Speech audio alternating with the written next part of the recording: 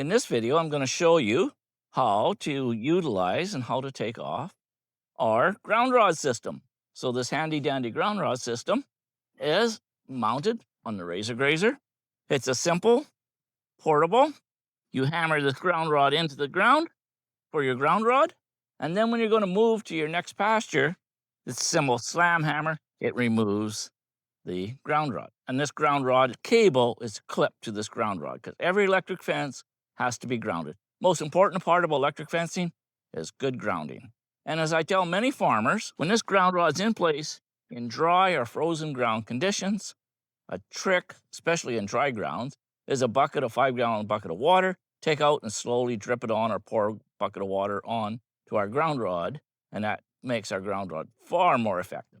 So simple, cheap, easy farmer fix for grounding.